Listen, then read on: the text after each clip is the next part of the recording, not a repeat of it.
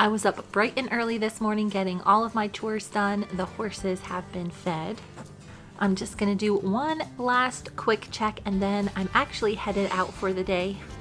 When we finally start having favorable weather, my schedule gets packed pretty quickly. I went back and forth for a little while about actually making the trip today because it's about 4.5 hours from my house. With all that driving, I think it's probably best to do a little bit of an overnight trip. Luckily for me, there's actually 2 events that I'll be attending on my little mini trip.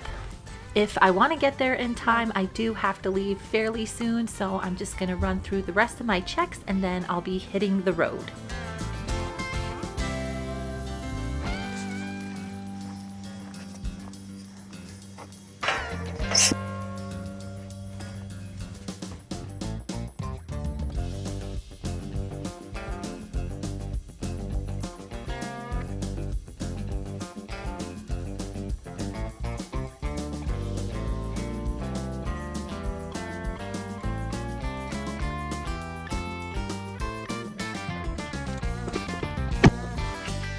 I did tease you guys a little bit with a few shorts before this long video came out, and today I am attending the first adoption event that they're having in Montana. For anybody that's not familiar with the requirements for adoption, there are a few things that you really do need to have. The most important requirements have to do with the facility because these are 100% wild horses. Last fall, I did update my application, so I'm actually already approved. If you're thinking about attending one of these events, it is really helpful to get approved before showing up, and then you can just focus on picking out your horse instead of doing a bunch of paperwork. It's also really nice to do it online because then as you're traveling, you always have a record of it. I got to the event right when it opened, and it took about 2 minutes for me to get my bidder number.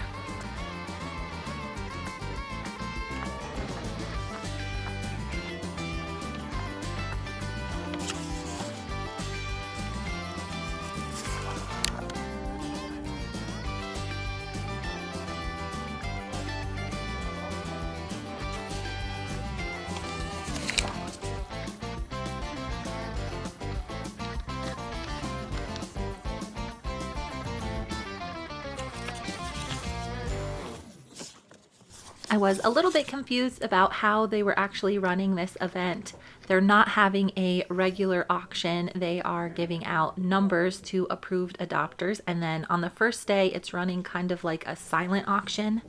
At today's event, I think there's 37 horses, so there should be a pretty wide selection.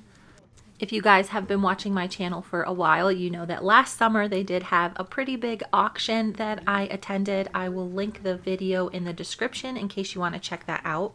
But this event is a little bit different. I don't think I'm going to be able to see any of the horses trot around, which is kind of my favorite part. It looks like they've separated them by sex, age, and then if they are adoptable or sale authority. The BLM has the impossible task of managing all of the horses found on federal land.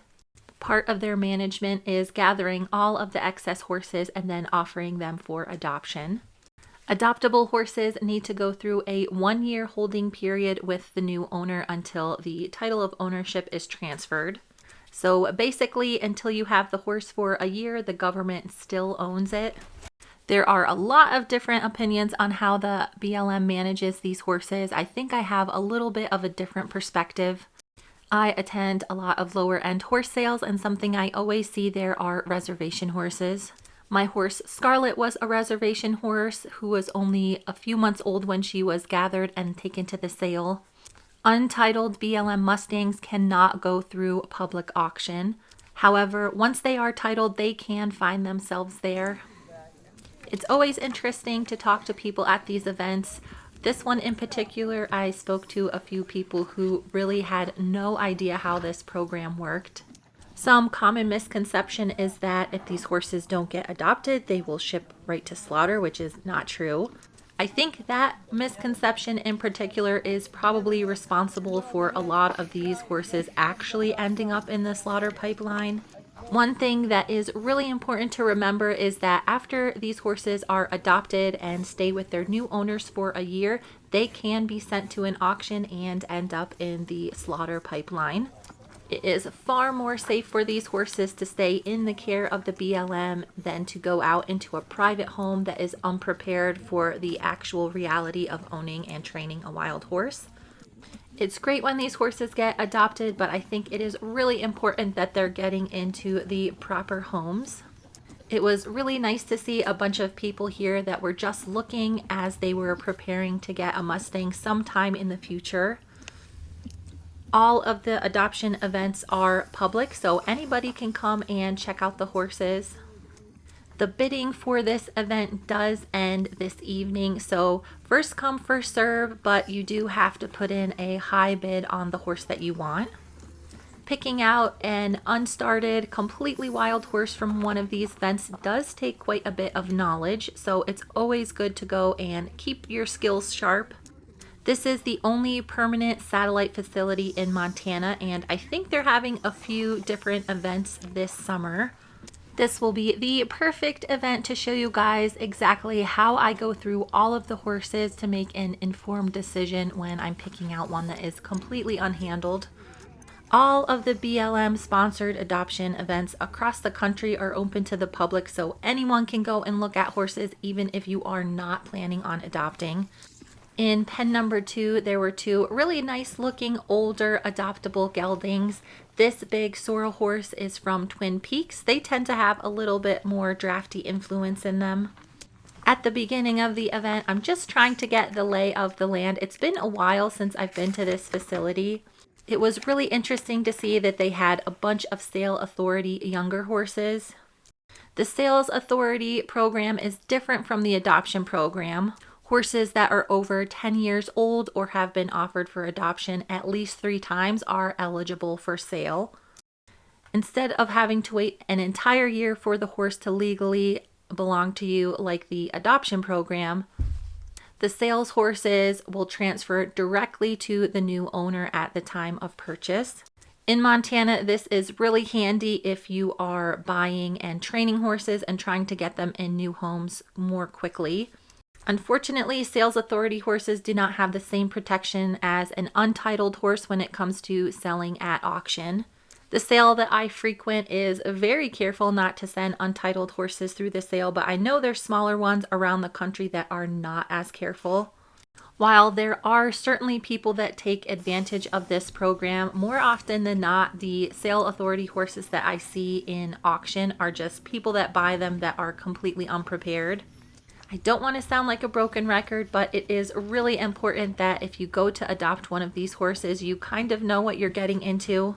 These horses look relatively gentle in their pens, but they are completely wild. These wild horses tend to be quite a bit more reactive than an unhandled domestic horse. If you are thinking about adopting a Mustang, it is really important to talk to somebody that understands the process and that you can ask questions when you do adopt your horse. A lot of first-time horse owners gravitate towards these guys because they are inexpensive to purchase. But it is important to remember that these horses still need a pretty high level of care, just like any other animal you bring home. While I really like having the official title from the BLM, at this point in time, a sale authority horse would work best for me, especially if I wanted to get one just to gentle them and find them a good home. A lot of people that are interested in Mustangs just cannot have a completely wild horse on their property. After they're gentled down and can be in a regular fence, there are a lot more opportunities for good homes for these guys. I have kept a pretty close eye on the internet adoption this winter, but I do not recognize any of these horses. Sometimes these sale authority horses are called 3 strikes just because they've had 3 chances to get a home and did not. I've been seeing more and more horses that are younger being available for sale. I got my first Mustang a little bit over 10 years ago now, and I am definitely seeing more sale authority horses now. I think there's a lot of pressure to move these horses from holding into private homes, and that could be the reason. While I'm scheming for our new property, the thought had crossed my mind to build a Mustang-friendly facility that I could get a bunch of sale authority horses in and halter break them. It would be really fun to get a bunch of my Mustang friends together and do this over the course of a few weeks and hopefully get some of these horses into a better situation. Just like any other at-risk horse, the hardest part is finding them a permanent long-term home. It was really nice to see a bunch of younger horses at this event. For most first-time adopters, I think the younger horses tend to be a little bit less intimidating. Unfortunately, a lot of times they are not any less wild, so you do have to still do some due diligence when picking them out. This little bay, scraggly looking colt caught my eye right off the bat. He seemed very outgoing and non-reactive. He actually reminded me a lot of Stewie. He's probably about the same size that Stu was when I bought him, so I don't think he'll get much bigger than 14 hands. The sheets on the outside of the pen for bidding only had if these horses were facility born, their age, and their adoption status. I heard a lot of chatter from people looking at the horses that it would be nice if they knew some more information on them. At these events, there is always more information at the office, so all of the records on the horses, their vaccine status, when they had their feet trimmed, what HMA their parents were gathered from, and typically when they were born. To a seasoned Mustang adopter, those things can make a lot of difference. There are a few HMAs that I am not particularly fond of, so that is just something I keep in the back of my mind when I'm looking at these horses. I'm not sure where exactly these babies are from, but this guy looks like he might have a little bit of the curly gene. Typically at these events, the most outgoing and friendly horses get adopted first. I did not see how many bidder numbers there actually were, but I don't think there's going to be a lot of competition for these horses, unfortunately. There is a really pretty Palomino back there in the back, but he looks like he is a little bit on the shy side. As I'm going around the pens, there are a lot of people looking at horses that do know what they are looking for and things that they are trying to stay away from. I think out of this whole pen of yearlings, this plain sorrel is definitely my favorite. I don't think these horses had very many days to settle, so they were shipped from a holding facility and have been here, I think, maybe a day or two. You can get some pretty good information about watching these horses interact, but you do have to remember that they are still probably under a little bit of stress from traveling. Although this Palomino is very pretty, he would probably be the last one on my list to pick. Like any other unhandled horse, you do really have to use your imagination. These horses are currently losing their winter coats, so they do look a tad scraggly. Some of them have little cuts on their heads from being hauled and moved around in a new place. I'm glad these horses aren't running around frantically, but I think a lot of people get surprised as to how these horses act when they're separated from a herd. I do really like to get 2 unhandled horses at a time. I think it helps them calm down a little bit in their new environment. When I bought Scarlet, I did buy her with a little mini pony so she'd have a friend for a couple of weeks while she settled down. One thing that is nice about these Mustangs as opposed to an auction horse is you do have their full veterinary record. All of their core vaccines will be up to date. They will have a up-to-date Coggins test, and you should be able to get health papers to travel out of this state. Because these horses are completely wild, they do all of this work in a chute, so it's relatively safe for the horses. I am a little bit of a hoof nerd, so I always take into account what the horse's feet look like. This guy had feet that were a little bit more upright. I meant to ask about when some of these horses were trimmed last, and I know that sounds crazy because these are unhandled horses. A lot of BLM facilities either contract or have someone that come in and trim the horse's feet on a tilt table. It is a little bit wild to see, but it's actually very common in Montana on bigger outfits that have a lot of dude horses. It's also pretty common to trim big draft horses this way. Of course, it is not the same as having your horse on a regular trim schedule with the farrier, so I definitely take into account the horse's feet when I'm picking them out. With these yearlings especially, sometimes their legs will look crooked when it's actually just their feet that haven't been trimmed quite right. It looks like none of the yearlings are sale authority. I'm gonna wait for these fillies to settle down and then come back and look at them later. One of the reasons I wanted to get out here was to check out the area and see if we might put it on our list of places to live, but I think it's still gonna be too cold for us. It looks like they have another little pen of mares that are sale authority. So far, I really haven't seen anything that has caught my eye to where I think I would want to take it home. This girl had a crazy mane and her poor tail was really matted up.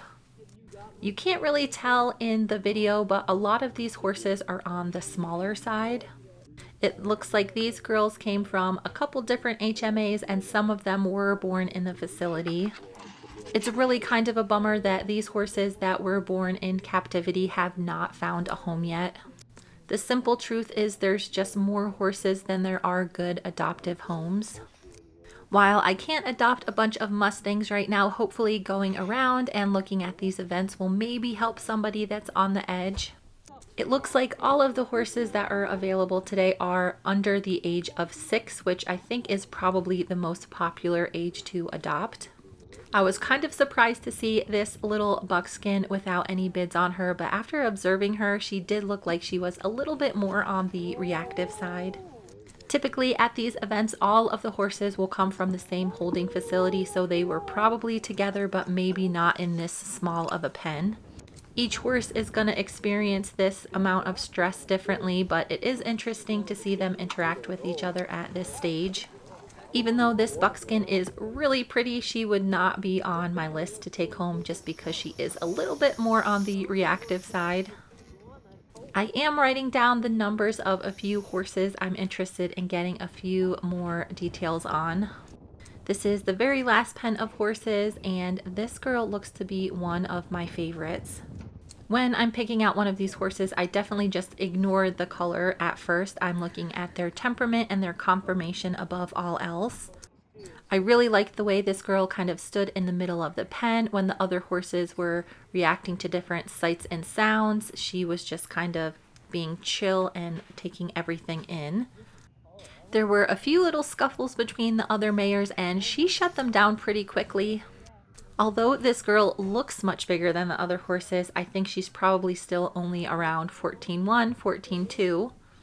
Her feet do not look to be in very good shape, but her legs are very straight, so that is something that could definitely be fixed when she gets gentled. This little girl with the bald face was pretty reactive to everything, and she was just a bit more nervous than the other horses. There are 2.5 hours until bidding closes, so I'm just going to bump around and observe some of these horses. I've definitely written this girl down as my top pick.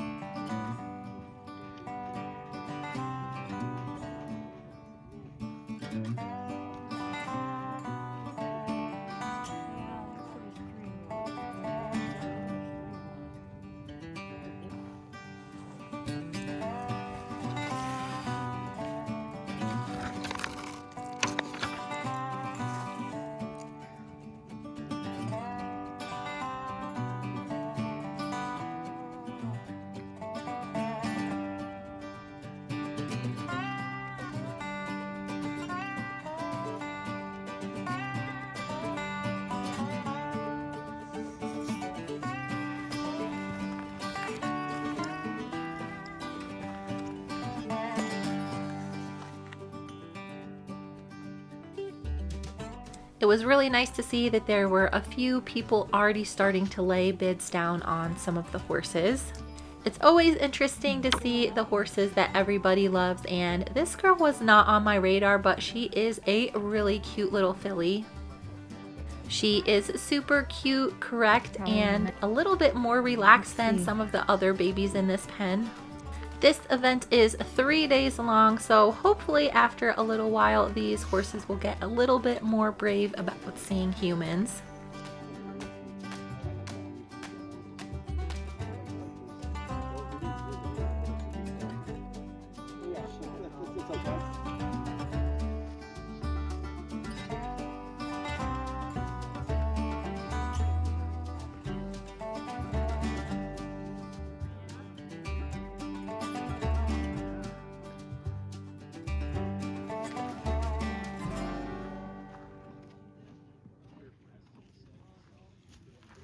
This is one of the ones that was on my list. I saw him earlier. He does remind me a lot of Pete.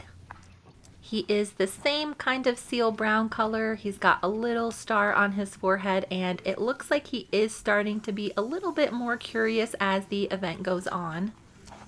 This guy was pretty hesitant when I first came around. It's been about 40 minutes and it seems like he's definitely starting to be more calm in this environment. While I love watching these guys interact with each other, I would prefer getting a chance to see them move around because any Mustang that I adopt is potentially going to have a life as a riding horse. This little dude was pretty curious from the beginning and it looks like he's just enjoying his little snacks. One thing I did notice about this sorrel horse was that he was holding his tail very crooked the entire time. I'm not sure where these horses were shipped from, but they had at least a 7-hour trailer ride, so you do have to take that into account. He looks a little bit stiff, but it could definitely just be from the activities of the last couple days. All of the Mustangs that I've gotten in the past have been assigned to me because I used to do the makeovers. It would be really fun to pick out a horse that I actually like to train and bring along. I think in the last couple of years I've learned so much from the at-risk auction horses that I've got that it would be neat to see how that translates over to the Mustangs. A mistreated horse dumped at an auction tends to have the same kind of problems that some of the more fractious Mustangs have. It looks like there's a pretty big swarm of people over at the office, so I'm going to take another look at these yearling geldings and write some tag numbers down. I'm kind of surprised they didn't just put the HMA they were gathered from on the sheet because I think a lot of people would really like to have that information. When I took a second look at this guy, it looks like his feet are not as clubby as they seemed earlier. They might just have stuff packed in their hooves that are making them look a little bit more upright than they actually are. This little Palomino looked pretty cranky the whole entire time. I think he was just maybe a little bit more stressed than some of the other horses. Since this event is so far from my house, I'm not going to be able to come back for multiple days, which I would have loved to do because the horses can change quite a bit over the course of 3 days. I think at this point in time, my favorites are going to be that kind of tall sorrel in the back with the tiny little star. I really like this little bay horse with the curly mane that reminds me of Stewie. I think he will probably get adopted this first night. It would be nice to know when this guy was born because that could give you a better idea of how big he might get. Some HMAs that are farther north in the country fall out a little bit later in the year just because of the weather. I would be very tempted to pick up one of these younger horses if they were sale authority. This would be the perfect companion for Pearl for a few months while I got them halter broke. It is a little bit more unrealistic for me to adopt a horse that I have to hold on to for an entire year. My typical rehabs for at-risk horses do last around that length of time, but the goal with one of these Mustangs would be to get them halter broke and into a proper home. I was a little bit surprised to see that this big sorrel did not have any bids on him yet. He is definitely the tallest horse here. I think he's probably pushing 16 hands. I love his Roman nose. The only thing that I am not thrilled about this horse is his mouth is very small. It's not a huge deal, but it's just something that you would have to take into consideration when you start riding them and want to put a bit in his mouth. I think this big guy made the other horse in the pen look smaller than he actually was. I think the vast majority of people that are used to Mustangs and want to get to breaking one right away for this season do require that the horse is older and a bit taller. It's a little bit of a bummer that you can't see the basic information on these horses before you drive all the way out here to the event. It's not a big deal if you're not planning on adopting a horse, but if you are and you need a specific size or sex to fit in with your program, it does make it a little bit difficult. This little buckskin is so stinking cute. He was really brave when I first came through and looked at him. The video does make it hard to figure out how tall he is, but he is about the same size as Stewie. It took me about an hour to look at all of the horses. I wrote down 3 numbers and found out that they were all from the Antelope Valley HMA. My very first competition Mustang was from the Antelope Valley, and honestly, he was not my favorite. I believe the Mustang that won the challenge event last year in Vegas was from Antelope. I, of course, wouldn't hold it against any of the horses here, but it is something that is in the back of my mind. There was one really handsome blue roan horse that I had to come over and meet when I was here. These horses were not in the adoption, but I believe a lot of them are Mustangs.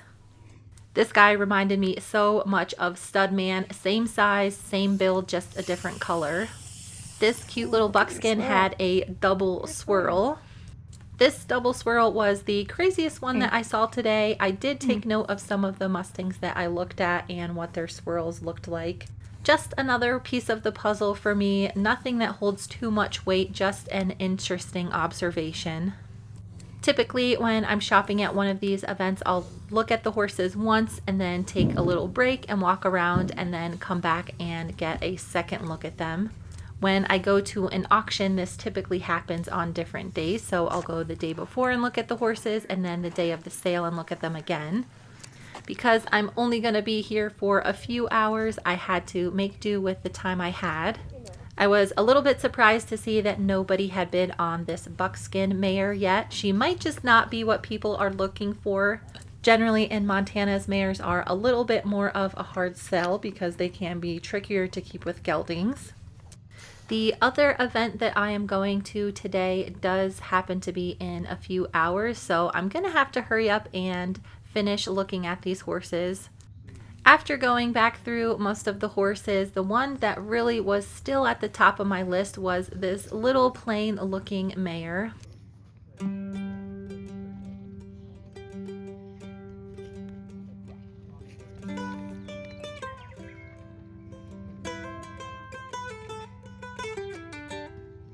After attending the Mustang Challenge last year as a spectator in Vegas, I have been really thinking hard about getting a Mustang for the event next year. With trying to buy a new property and getting all of the horses that I currently have more broke under saddle, it's just not a realistic goal for me this year. I do think this mare has what it takes to be competitive in a competition like that. I think with some tweaks to her nutrition and some good training under her belt, this could be a really nice horse.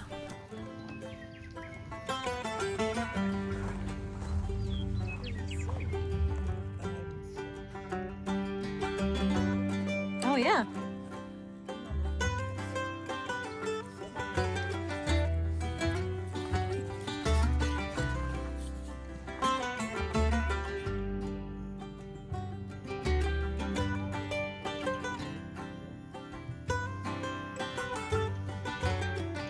I went through and looked at all of the other horses again. There's a good possibility that if they don't get adopted, I might see them again this year, either at in-person events or possibly back on the internet adoption.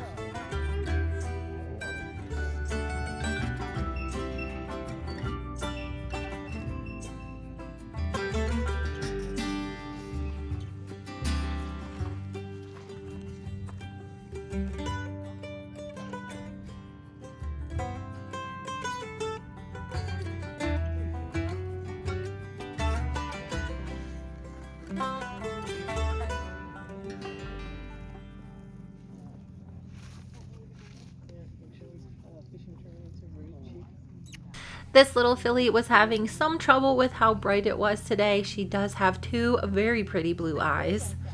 These younger facility-born horses do seem to be getting a bit more brave as the day goes on. I would not be surprised if at the end of the event they were coming up for scratches. I do have a few Mustang friends that will be coming over the next couple of days, so hopefully I'll be able to keep an eye on who gets adopted and who is still available at the end of the event. There is a good possibility that they might just be staying at this facility until they're all adopted out. There were a good amount of horses that were a little bit more flashy than the rest. You guys know I love just a plain brown pony, and I kept coming back to this little yearling. I would really love to bring him home and put him on a good feeding program and get him gentled down, but I just don't have the time for that right now. There are adoption events like this all across the country. I will link where you can find out that schedule in the description.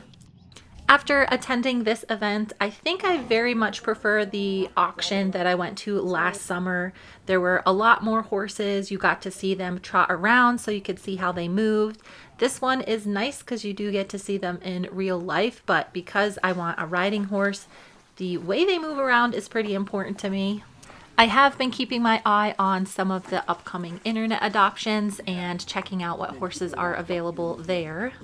My alarm just went off, so unfortunately I do have to pack it up and head out to the next exciting thing that I'm doing while I'm down here.